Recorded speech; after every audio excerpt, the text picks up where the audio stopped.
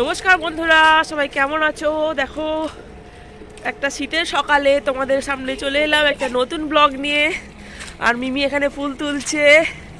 ও আজকে গোপালকে তুলে দিয়েছে, গোপালকে তুলে দিয়ে সেবা দিয়েছে। ওই করেছে, কারণ তোমরা তো জানোই আমার শরীর ভালো না, প্রচণ্ড সর্দি। তো ওই নিয়েই রান্না করছি। আর দেখো আজকে অনেক ফুল ফুটেছে, তো এই ফুলগুলো আমি তুলতে এলাম। জবা ফুল কদিন ধরেই পাইনি, তো আজকে ভালোই ফুটেছে। তো চলো ফুলগুলো তুলে নিই। ও কত পিঁপড়ে হয়েছে জবা ফুলে, কাঠ পিঁপড়ে হয়েছে। দেখো কত কত কাঠ পিঁপড়ে দেখতে পাচ্ছ। দেখো দেখো, ভেতরটা কাঠ পিঁপড়ে ভর্তি, এটা তো তোলাই যাবে না। আর এই দেখো বন্ধুরা, এই এতগুলো ফুল পেয়েছি। তো এখন খুব কম ফুল ফুটছে, তো আজকে হঠাৎ করে বেশি দুটো ফুল পেলাম, জবা ফুল। তো ভালোই হলো। তো চলো। আর এই মিমি দেখো, ও তো আমার পিছু পিছু ঘোরে, জানো তোমরা সবাই।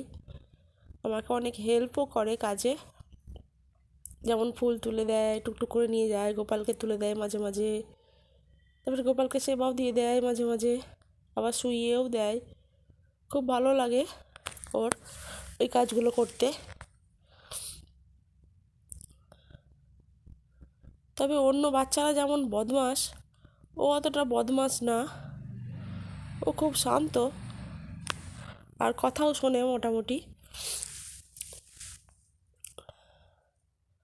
আর এই দেখো নয়নতারা ফুলগুলো হয়েছে, নয়নতারা ফুলগুলো তুলছি।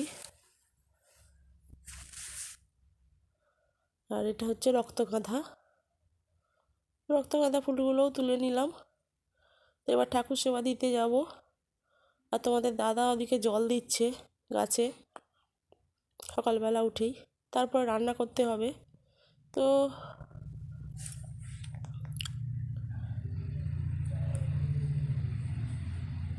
এই দেখো, এখানে চিচিঙে দিয়ে আলু দিয়ে একটু তরকারি করব। আর এখানে আলু সিদ্ধ করা আছে।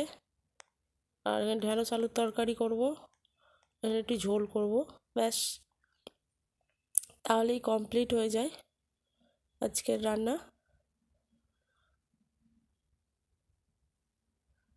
আর এই দেখো, আমার রান্না কমপ্লিট হয়ে গেছে।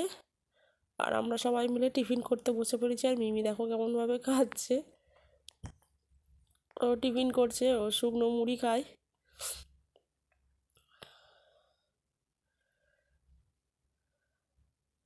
আর আমারও খাওয়া দাওয়া মিটে গেছে টিফিনের। তারপরে আবারও চলে এলাম রান্নাঘরে। তো রান্না বান্না কিছু হয়নি, মানে সবই হয়েছে, পকোড়াটা হয়নি। এই আলু দিয়ে বেসন দিয়ে একটু পকোড়া করব, আর এই লঙ্কার একটু ভাজবো, আর কিছু নয়।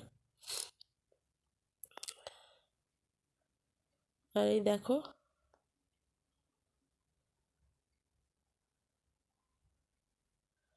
আলু দিয়ে বেসন দিয়ে পকোড়া, আর এই লঙ্কা ভাজা। তো এই পকোড়াগুলো খুবই ভালো লাগে খেতে, প্রচুর মুচমুচে হয়। তো এটা একদমই জল ইউজ করা যাবে না। আলুটাকে আমি প্রথমে সিদ্ধ করে নিয়েছি। আর তারপরে আজকে নিরামিষ করছি আমি, অন্যদিন রসুনের ফোড়ন, মানে রসুনটা পেস্ট করে ওর সঙ্গে মাখি। তো আজকে রসুনটা মাখিনি, শুধু বেসনটা দিয়েছি, একটু লঙ্কা গুঁড়ো, একটু নুন, একটু হলুদ গুঁড়ো দিয়েছি। ব্যাস এটাই। আর দেখো রোদ্দুর উঠেছে বাইরে, ভালোই রোদ্দুর উঠেছে, অনেকটা বেলায় উঠেছে।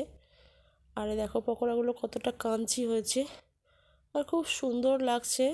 ওপরটা প্রচুর শক্ত, কিন্তু ভেতরটা খুব নরম। তো কেউ উপর থেকে কেউ বুঝতে পারবে না যে এটা আলুর পকোড়া। তো চলো এবার লাঞ্চটা করে নিচ্ছি। সবাই মিলে মজা করে লাঞ্চ করার পর বিকেলবেলা একটু বেরিয়ে পড়লাম হাঁটতে। সবাই তো জানো আমি মেয়েরা এখানে খেলা করছে। তো আজ এই ব্লগটা এটুকুই। তো টাটা।